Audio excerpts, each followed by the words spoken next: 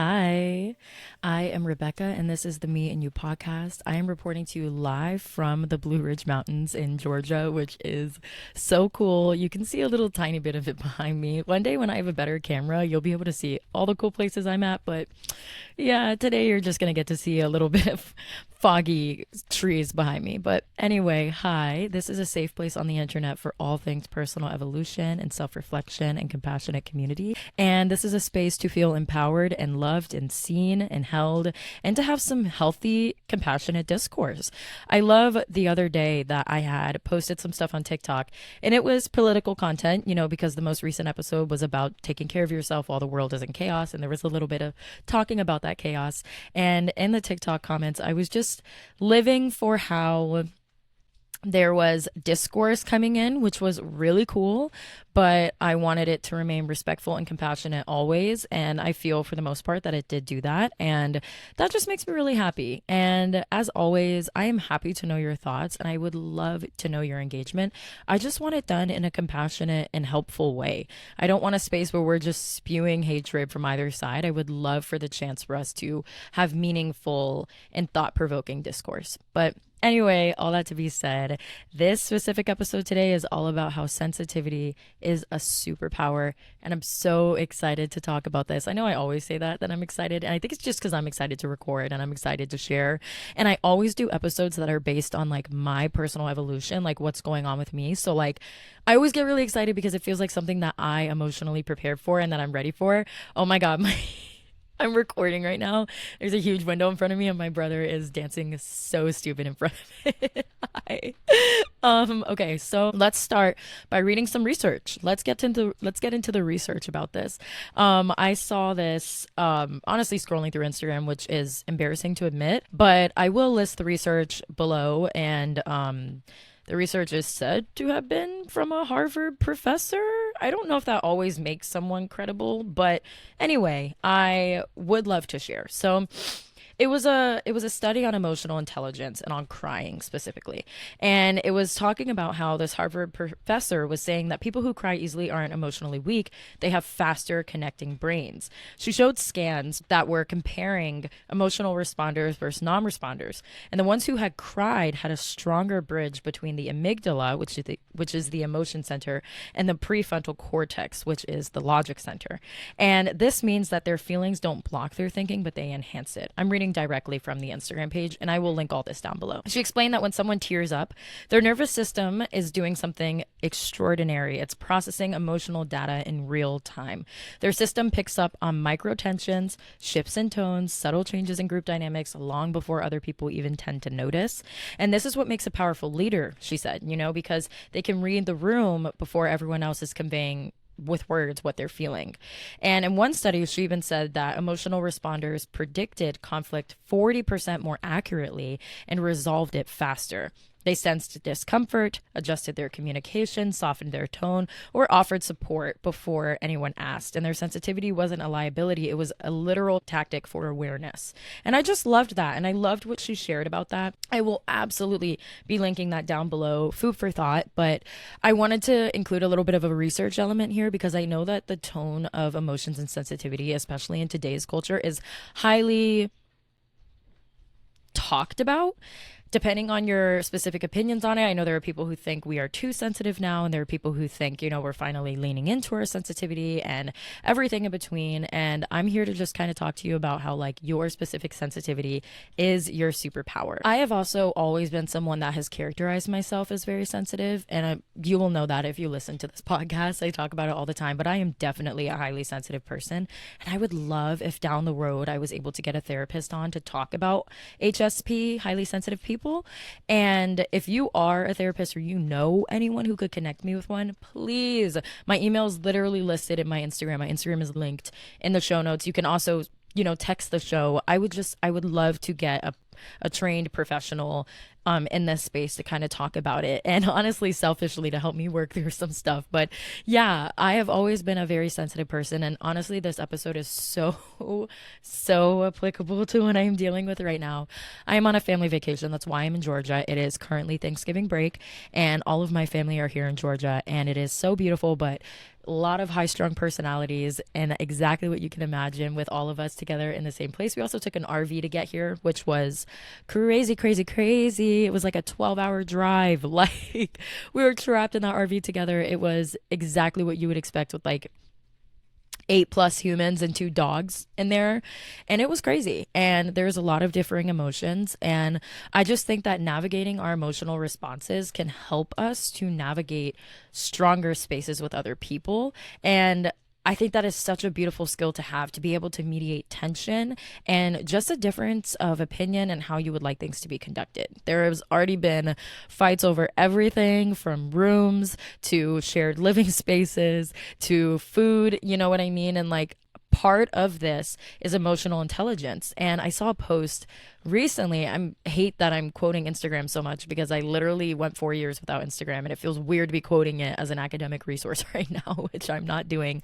But I did see a post that talked about how like emotional intelligence is literally the cornerstone of a healthy human. Like, emotional intelligence is being able to navigate rejection. It's being able to navigate self-efficacy. It's being able to relate to other people, which infiltrates every single part of your life, from your career to your home to yourself to your interpersonal relationships. It is literally everywhere, and it's the bedrock of our human connections. And I do believe that it is one of the most important things that we have. So I'm so excited to just, really get into this as someone who has always felt like a super sensitive person. And I'm so sensitive. And when I say sensitive, I mean I am sensitive to just about everything. My feelings are very sensitive. I wear my heart on my sleeve, but also like I'm sensitive to, a lot of chaos, a lot of sounds, just a lot of things like can easily kind of overwhelm my nervous system. And I've developed so many tactics over the years to kind of like mellow that out and keep myself regulated throughout things, which I would love to get into in this. But let's go ahead and start by talking about how your sensitivity is a high performance data system. So it's not like you're too much, which has literally been my fear my entire life. I have always been afraid of being too much. When I was a child and I would have really big feelings, and I had very big feelings. I was a middle child, so I had to make myself seen. And when I would have really big feelings, the adults in my space, I don't think always knew how to handle that. So they would kind of remove themselves. One time my parents told a story of like how I was having a tantrum one time and they just left. Like, I was having a tantrum in the driveway and they just went inside the house and closed the door. And they said that got me to stop. And I see like the way that they talked about it was like, did that. And looking back, I'm like, I see that they were doing what they had to do. Like, they had 3, 4 other kids. Like, they needed to allocate their energy elsewhere. And also, it kind of did leave me feeling like once my emotions hit a certain barometer, that's it. I lose access to other caring humans. And it has made me increasingly sensitive throughout my life. And I'm constantly scared of dysregulating other people because I don't want to make them stressed enough to not want to be around me, if that makes sense. So, you're not too much. You're just receiving more information than the average person. And when you learn to channel it, that is when it becomes the pure power. And that's what I want this whole episode to be about. So, beginning with how sensitivity equals advanced awareness. You pick up on emotional cues, you pick up on body language, tone shifts, energy changes, and you notice what others miss. And this makes you a better communicator, a better creator, and a better connector. Exactly what I read earlier from the research. Also, feeling deeply means healing deeply. And what I mean by that is like, when you feel deeply, you expand the range of your experience. But the double-edged sword of that is that just as happy and high vibrational and joyous that you can feel is how dark and heavy and deep everything can get. And I feel that. I feel that when I'm sad, I'm on the ocean's floor. And when I am high, I am out by the moon. Like, I feel such a range of emotion. And my goal throughout the years has been feeling that emotion while remaining anchored in myself. I'm grounded in myself. I'm grounded in what I love. And part of what I love is my emotional welfare. So I want to make sure that I'm taking care of myself. I want to make sure that I'm still remaining connected to myself, even though I'm having very uncontrollable, big feelings about what is going on around me or within me. And I want to, say that like, you are not what you think, you are what you do with it. I think it's Edgar Allan Poe that said what separates man from beast is not their urges, but what they act on. I think is something around that. And that has always stuck with me, that like my thoughts are moving like quicker than the of light than the speed of light, it feels like. But because I have tried to find my emotional wherewithal to like remember that like my thoughts are not me, they're just passing through. Anyway, utilizing your nervous system as a compass. And what that means is like your reactions, don't even think about them as overreactions. Think about your reactions as like early warning signs. So when your body says tight, light, heavy, safe, it is offering you direction. And you don't have to intellectualize your feelings by putting words to every single one of them. Sometimes it's enough to just know that, like, oh, okay, I'm going to feel this in my body until it's ready to pass because emotions are waves. And it doesn't mean that it says something bigger about me or my personality. It just means this is something I'm dealing with right now. And it's okay for me to ride this out without it taking over my life or my relationships, which is what it was and does do to me. Sensitivity also, of course, fuels creativity. We know that artists, dancers, writers, healers, they all create from a heightened perception. Your ability to feel is what makes your work and presence magnetic, and that is gorgeous. It is gorgeous to be able to smell deeply, see thoroughly, to hear sounds that other people aren't hearing, to feel things that other people aren't feeling. And that's not to say that your experience is richer than someone else's. It just means like we all have our own unique experiences. And like if you don't describe yourself as someone who's highly sensitive, first of all, kudos to you for listening to this episode anyway and like choosing to care about your sensitive girlies. Like thank you. But also more than that is like we all have those times where we're a little sensitive, but also like we're all different. And that is okay. It's beautiful that each human's brain offer operates differently. And I find like my biggest shortcoming and also my biggest strength is like I care so deeply about the emotional welfare of the people that I love. And that love sometimes causes me to take on roles that aren't mine. And that is something I've done since I was a child. And honestly, I probably observed it from my mother because she is always the peacekeeper and wants to make everyone feel good.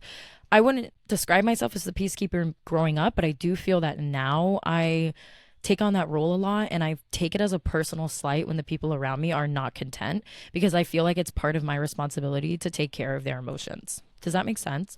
And it puts me in a role, I put myself in a role to conquer the unconquerable. Like it's not my job to make somebody feel better or to help them emotionally process something. But that being said, I care deeply about the emotional welfare of the people I love. And honestly, I was like doing some journaling on this last night because there was a whole fight when we got here. We get to the cabin, it's fucking beautiful.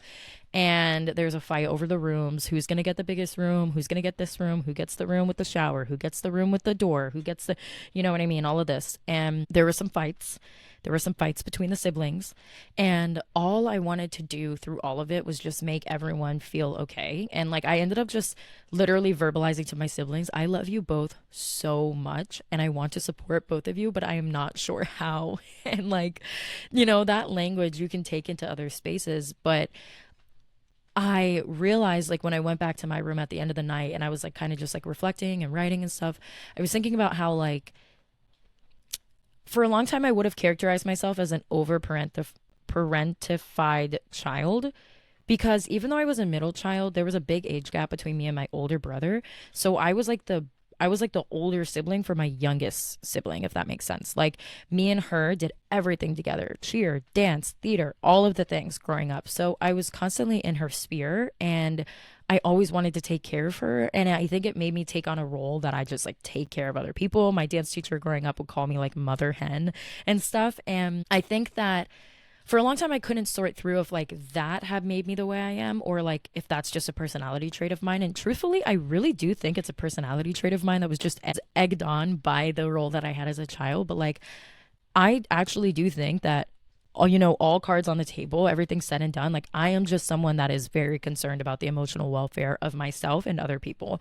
So I am affected deeply sometimes without my control when other people are not happy with their circumstances and I want to do everything I can to make them feel better, and it's almost so much that I project onto them like a mentor role when like they're not asking for that. And it definitely has created problems in my relationships in the past because people don't want their feelings explained to them. So it's like you have to remember to take care of yourself. And what it kind of feels like is like I'm in a room taking a test and instead of like taking my test, I'm like looking over somebody's shoulders like the answer's A.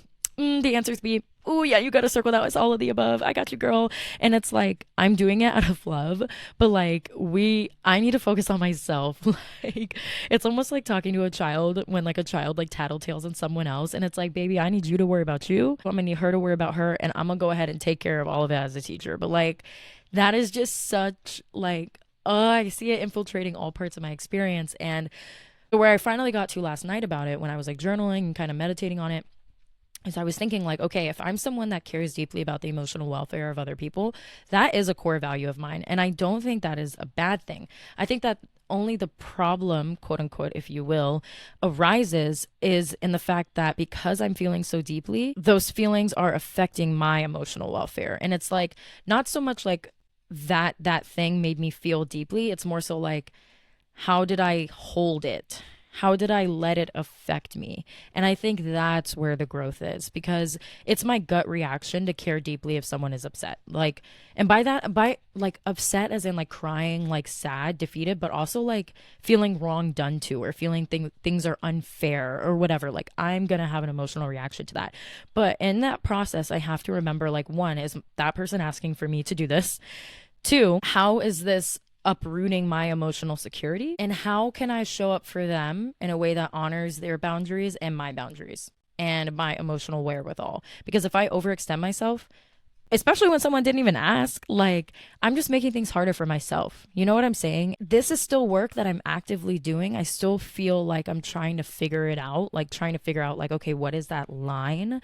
And part of it is like regulating, like, okay, I have full trust that other people can navigate the stressors of their own life. Like, I love this person in my life so much that I trust them enough to be able to handle life's difficulties in the same way that I want to be trusted to handle my life difficulties. So now, you know, I've talked a little bit about how like it makes you overextend yourself into other people because your experience is so heavy that you're feeling like, oh man, are they having that experience too? But then moving on from that, kind of just talking about yourself as the sensitive person, like that's your superpower, that like you care so deeply about other people, that you feel so deeply about other things, about how the world is moving and reflecting off of you. And it's like if you're going to be a highly sensitive person, if that's something that your nervous system is just like rocking with, then it's like, okay, how do I be highly sensitive and notice the depth of things around me while also not letting it infiltrate my inner security? Genuine question. Can anybody help? Because that is like a real thing that I struggle with. And I think one of the ways I can do that is like I said, it's that trust of like other people are the managers of their life. So they got this. They can do this. And if they don't got this, they'll learn from it. It's their journey. And then also, just because I'm having an experience in my head and in my world doesn't mean that that's necessarily the world happening outside of me. So just because I'm having a really sensitive experience and I'm taking things really sensitively, that doesn't mean that that's how people are intending it. And it has helped me in my human interactions to realize that like just because I took it that way doesn't mean they intended it that way. Don't get me wrong, intention versus impact. And I do let my loved ones know that because I do have some loved ones who are, God bless their soul, just so direct. And that directness cuts like a sword sometimes in my heart. And I'm like, whoa, where did that come from? And they're like, what do you even mean? Like, I didn't even mean it like that. And it's like, okay, the love between us is that we meet halfway. So you know that I'm sensitive. So of course you're going to be mindful of your speech and you're going to give apologies when needed. But also I know that you are less sensitive than me. So that means that I'm going to understand that not everything is an attack and I can believe the best intention. Like that's safe for me to do because sometimes I think that when you're a highly sensitive person, sometimes it feels like you're constantly under attack. Like just the slight tone shift in somebody is like, whoa, what the fuck was that? Where did that come from?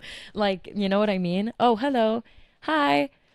My dad is showing his work friends, I guess, the cabin. Cool.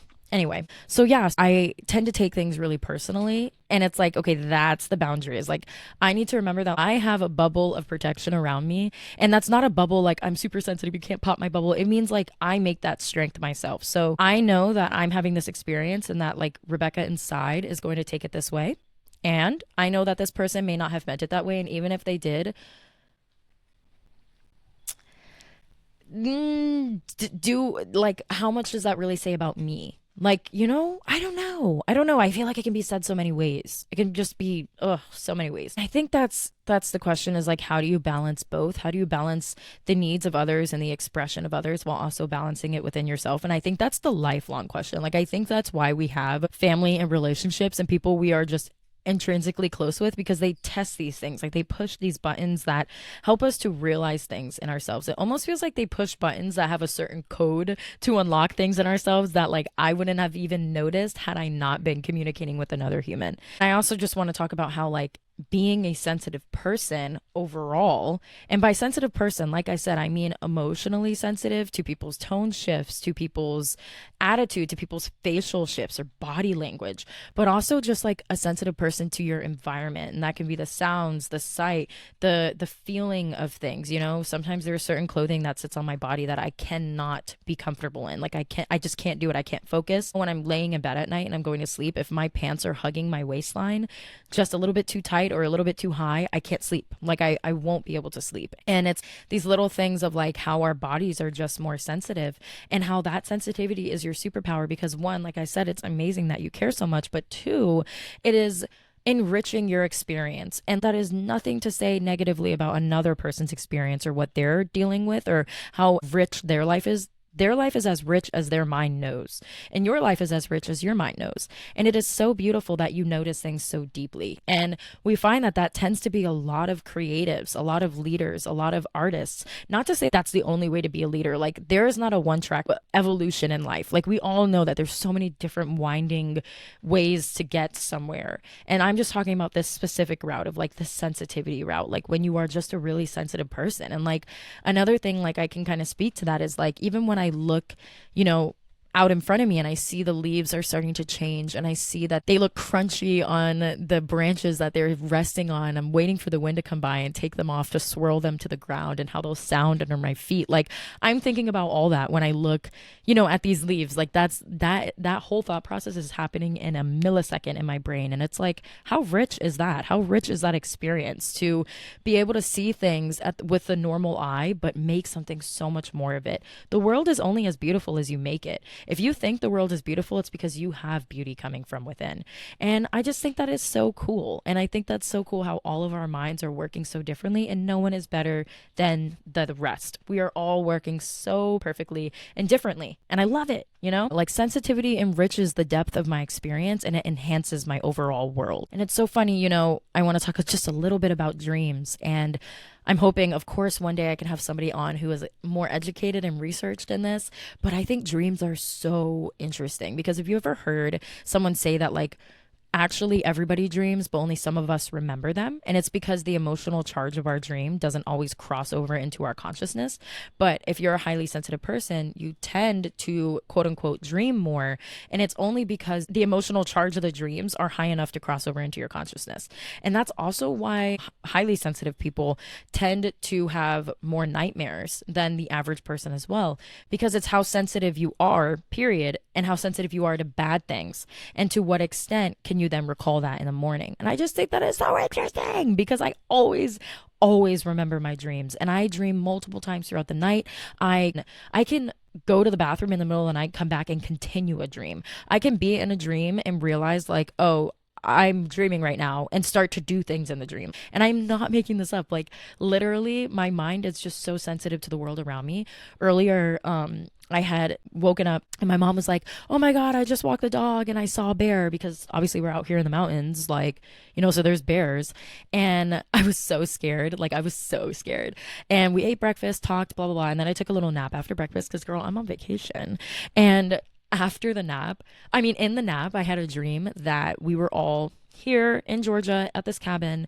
We're, at the fire pit, like making a fire, and a bear comes. And then we like go to run upstairs to get away from it. And then I just was like, okay, you know what? The bear's gonna get me. And I was like, I'm dreaming, so I'll let the bear attack me. And like, I literally just like committed suicide in my dream, because I knew I was dreaming. Like, that is some inception ass shit. But also, How cool is that? Thinking about all the ways that your sensitivity branches out into your life. And it's like, how can you use that as your superpower? How can you use that as like, that's your unique thing? And I always used to think that my too muchness was too much and it would push people away. Now I realize that when I'm truly myself, that's when the love comes out. I can love and know other people deeper because I'm letting them see the full depth of me. And there was always a fear that if I did that, if I let people see how intense I really was inside, it would push them away. And the thing is, it's going to push the wrong people away, but the right people make more space. When they see you are taking up space, they make more space. They want to know you deeper and they are happy to increase their capacity to do that. And I'm speaking directly to the people who are like just so overwhelmed by their emotional world that they're like, it must be overwhelming for the other people around me. Like, I don't even want to share my emotional world with other people because it is so heavy and chaotic to me that I don't want to put another person through that. But I find that the best relationships I have in my life are the people who are like, put me in that. I want to know that. And I love you because of that. I love that that's what you add to this experience and that's what you see out of this life. And I'm so lucky to have known and know relationships like that with people who want to know all parts of me, even the parts that are really messy and quote unquote overwhelming. That is just such a beautiful thing that like human connection exists to that extent that like people are willing to be overwhelmed by your nervous system because they love you. And if you're the person being overwhelmed by somebody's nervous system, how do you take care of yourself in that? How do you draw the line between this is their life, this is my life? I can only support and love and be integral and honest, and that's my line. That's what I'm capable of doing. And I love and trust this person enough to know that they can navigate the struggles of their own life. And that is something I have struggled with a lot, and admittingly I have a long way to go in that. And there was something that Elizabeth Gilbert once said, and she was a guest on the We Can Do Hard Things podcast, and she was talking about love addiction, and she was saying that like part of her love addiction is like she's always finding people to work on. There's always like someone that needs her, and she was like deriving a sense of value from that. And the biggest thing in her love addiction was like, I had to realize that like another person can take care of their own life. And I love and trust you enough to navigate your own difficulties because that is respect. Like I respect you enough to like make mistakes and learn from them. I respect you enough to make your own decisions. I don't need to tell you how to live your life. And that is something that I struggle so much with. And it is not because I want to be patronizing. It's not because I want to be on a high horse. It's because I care, but I have to channel that care into a healthy, respectable boundary to place. And, yeah, that's a road that I'm definitely still working on. But yeah, sensitivity really is a superpower. It's a superpower to notice things deeply. It's a superpower to feel and share and heal things deeply. Your senses are your superpower. The way that you are able to change your world from the inside out through your mind and your heart is a superpower. And I'm so excited to get more into that in the future and all the ways that your mind is so powerful over your life. And, every episode comes back to this, but like coming back to your experience in your body and what's happening inside of you and how that can give you more information for how you want to move through the world. So, yeah, that's a little bit about my thoughts on that. I would love to know yours. Thank you for tuning in. If these episodes are doing something for you, if you're feeling seen or feeling understood, or you feel like you know somebody who's going through this, like please share this content. That is the best way for it to get around. I am so happy to know more people, to talk with them. Send me DMs, text the show, like hit a follow or anything like that. Like I'm happy to expand this community, not because I want to like make a profit, but because I genuinely want to connect with other people. So